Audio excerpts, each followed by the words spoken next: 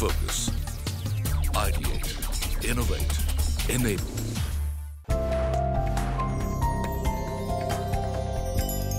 The Forbes India Tycoons of Tomorrow, presented by Facebook.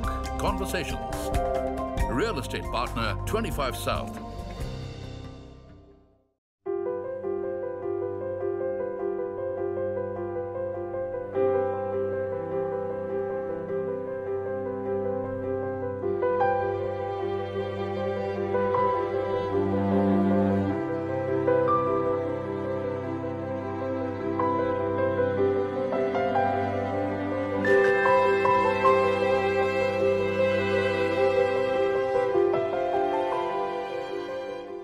Welcome to Forbes India Tycoons of Tomorrow Conversations. I'm Varsha Meghani and I'm at 25 South Bespoke Homes by the Bay at Prabhadevi, Mumbai, in conversation with Siddharth Sacheti. So Siddharth, the Sacheti family has a long and storied history of being involved in the jewelry trade. But Jaipur Gems itself was founded in 1974 by your father. Right. And you joined the business in the mid-1990s? Yes, and 95, yeah. Right, and at that time, the jewelry trade was still a largely order-based business with traditional karigars. You noticed flaws in that system. Yeah, what was those inefficiencies and how did you go about reversing them? I came back and I realized that I have a great design, I want to execute it, and I had to actually depend on the Babu, who had a team of 15-20 karigars under them in Zaveri Bazaar. Correct. So I would give him a design, he would translate it, and a completely different product would come out. Right. Right? Yeah. And it was so frustrating. We made our first workshop in '99, and it was on the first floor of Dharam Palace, very small pilot just to figure out things and everything. And it worked out well because, you know, the design the way I wanted to translate, I had the people under me.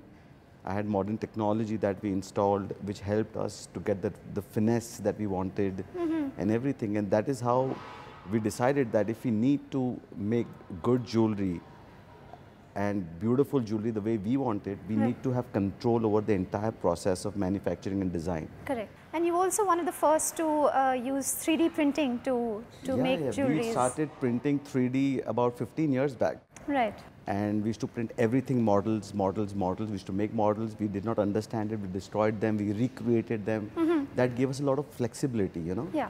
We brought the printer ourselves, and then we started printing our own model. That was, I'm telling you, so exciting. I was like a child in a playground doing things with my 3D printer. It was unbelievable. And Siddharth, finally, what plans going forward? Going forward, I think we want to do a lot of pop-up shows. Okay. You know, we will do a lot of luxury pop-up shows for targeting the millennials. We want to go across the country. We want to create awareness of the brand. We want to leverage our digital success with our pop-ups. We are going international, you know, but everything is targeted towards the Indian demographic at the moment. Okay, great. Wonderful. On that note, thank you for joining us. Thank you so much, Varsha, for having me. We have with us Manish Hingar, founder and CEO of investment advisory platform, Financial Hospital. So Manish, you completed your chartered accountancy and then you started your own practice. And then 2 years later, you set up Financial Hospital, which was in 2004, as a mutual fund distribution platform. True. What was the thought process at that time? That time, the mutual fund is a market which was growing at that time.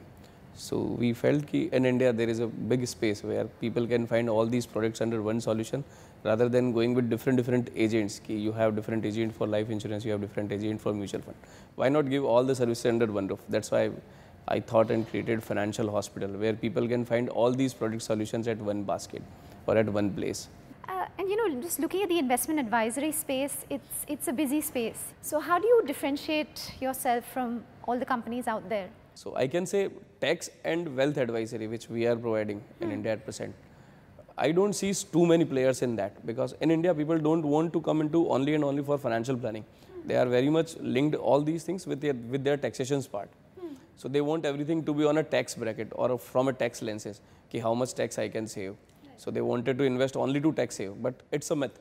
So we usually, why Financial Hospital is different from others, it's because of we have the tax and wealth under one roof. Thereafter, IT enabled softwares and solutions which we have at present. So that's a good part. Robo-advisory I can say, but on a very, very basic or initial level. I cannot say we are very much well equipped with robo-advisories, but yeah, we started on that zone even. So that's make us different from others. But yes, it's all about the advisory. So one doctor can charge 500 rupees, one doctor can charge 5,000. Right. So it's all about knowledge and their experience and something like that. Absolutely, absolutely. And so with this value proposition, how many clients have you been able to amass, and what are your assets under? If I'm talking about total touch base, 53,000 customer base we have at present today. Okay. And in that consulting or advisory, in which fee-based advisory comes into the picture, we have somewhere around 6,000 odd clientele base.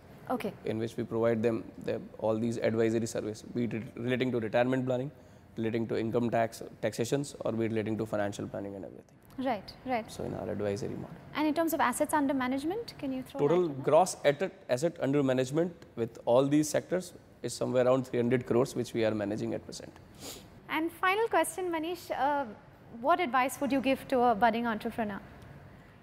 For budding entrepreneurs, I can say never give up. That's a very important part. And if you are in a servicing, what I feel there are only two pillars where you can establish a big or scale your business. The first one, that is the customer. You should understand their requirement, what is on zero ground level is happening. The second part, that is the employees. So employees and customers, they have to be go on go. So if you take care of your employees, they will take care of your customers, as simple as that.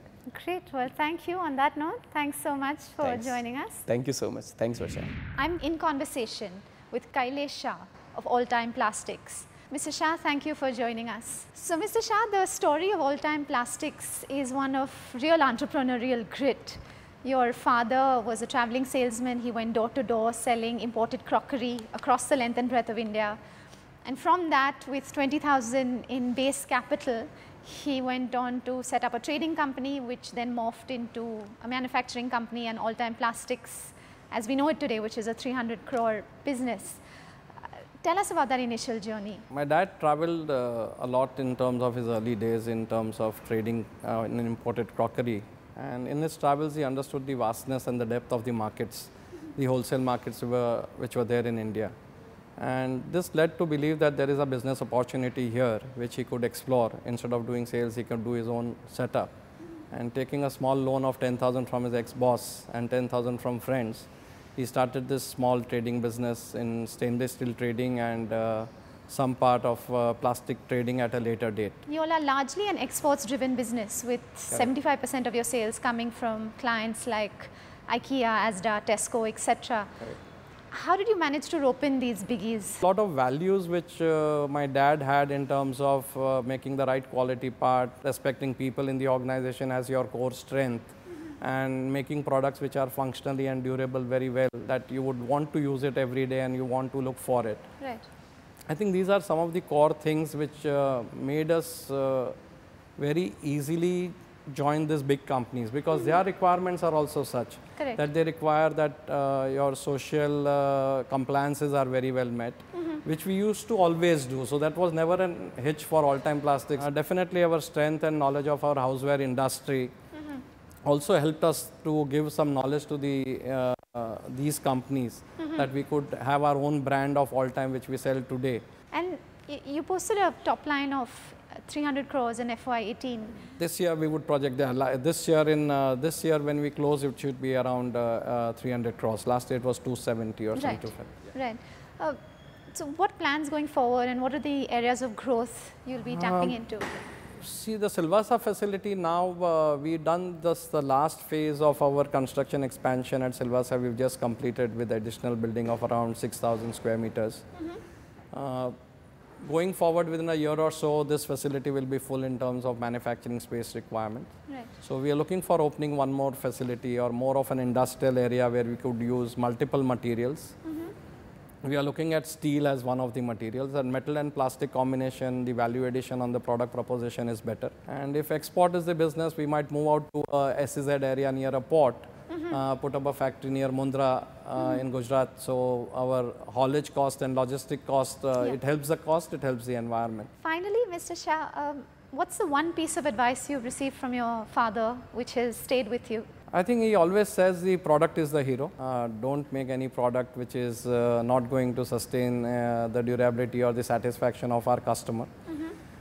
Another thing is having to say always the truth and be very ethical in business, and that we have, all three brothers are very, very sincere on that. Right. So it's very difficult for us to say something which is not correct. Right. And I think this helped us a lot in terms of the founding principles were very good. We were well grounded in terms of the basic principles that do it right the first time. And do all businesses, what you do should be in the most ethical manner, and try to do best for all the people working for you. Yeah. Thank you so much for joining us, Mr. Shah. Thank you. On that note, we'll take a short break. In the next segment, we'll hear more success stories from other such tycoons. The Forbes India Tycoons of Tomorrow, presented by Facebook Conversations. Real estate partner 25 South. Welcome back to Forbes India Tycoons of Tomorrow Conversations. I'm Varsha Meghani, and I'm at 25 South, Bespoke Homes by the Bay at Prabhadevi, Mumbai, in conversation with Jignesh Mehta, founder and managing director, Divine Solitaires. Mr. Mehta, thanks for joining us. Pleasure. Thank you. So, Mr. Mehta, you've been in the diamond business since 1998, involved in the sourcing, cutting, polishing of all manner of diamonds. But about a decade or so ago, you pivoted to focus solely on branded solitaires. That's right. What led to that shift? Around 2005-06, we did some sort of a research, like an internal research, and we talked to many consumers at large across the country, especially in India. Right. And we tried to find out what their pain points were at the time of buying a diamond. And it came out so clearly that there were a lot of pain points. Right. So although it was a product which is aspired, Yeah. I mean highly aspired, probably one of the most highly aspired product, but still consumers were confused. There was a lot of ambiguity Right. in the quality of the product, in the pricing of the product. So how did you go about addressing these issues of quality and price? Right. So what we did was we understood that diamonds are fairly non-standardized, right? So there was a problem in understanding the quality of diamond. So what we did was we standardized the diamond and made that like qualified on 123 parameters. So all Divine Solitaires would score 10 on 10, 10 on 10, 10 on 10, 123 times. Okay. And then it passes as divine. So that solved the problem of the quality. And the pricing, we developed a price list. Now that's the first of its kind, not just in India, but in the world. Okay. And we developed a retail price list for the consumers, and that's prevalent across the country. So all the jewelers who sell Divine Solitaires, or any channel through which we sell Divine Solitaires, the consumer gets the diamond at the same price. Do you think the recent scams in the diamond industry, has that tarnished the reputation of the industry, and will it be a challenge to recover from that? Definitely there has been a lot of dent on the reputation Sure. of the industry. But that doesn't mean anything is wrong with the product. Person wanting to buy a diamond jewelry is still wanting to buy a diamond jewelry. Right. So until they love the product, until they aspire for the product, I think this industry is all in for, very exciting times. Right. Finally, Mr. Mehta, you all clocked a growth rate of 40% last year. You also forayed into Australia. What plans going forward? I think our product holds a tremendous opportunity because it's not only just in India, but we can actually make it into a global brand. You don't have an iPhone, or you don't have a Rolex, or you don't have a Mercedes in this industry. Right. Right, and that's essentially what we are, going ahead and creating. So, Great. Well, that's good luck with that. And on that note, thank you so much for Thank joining you. us. It's a pleasure. I'm in conversation with Devendra Rani, founder and CEO of CoverFox, an online insurance aggregator. So Devendra, the Indian insurance market is huge, but it's largely an offline play. What were the gaps you saw that led you to set up CoverFox? In 2010, I started a technology services company. It was called Glitterbug Technologies. And the idea was to create internet-facing technology for banking and insurance guys.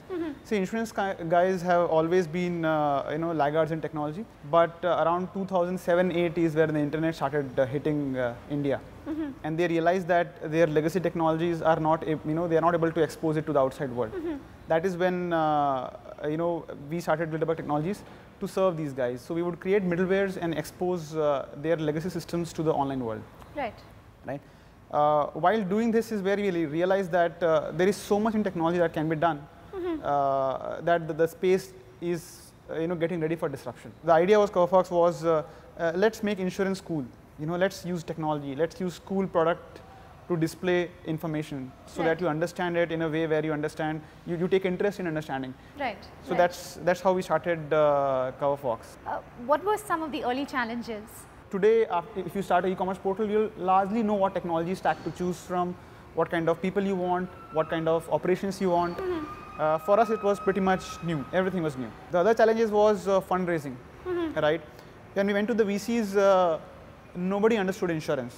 And we knew that insurance is going to be one of those places which will definitely go up, but it will require a lot of money. And Devendra, you all raised $22 million in funding, Series C round of funding from IFC a few months ago. Yes. How do you plan to use the funds? It's largely going to be around scaling the platform. There are a lot of positions that would like to fill in the team. I think that is it will give us a free hand to fill those positions. Right.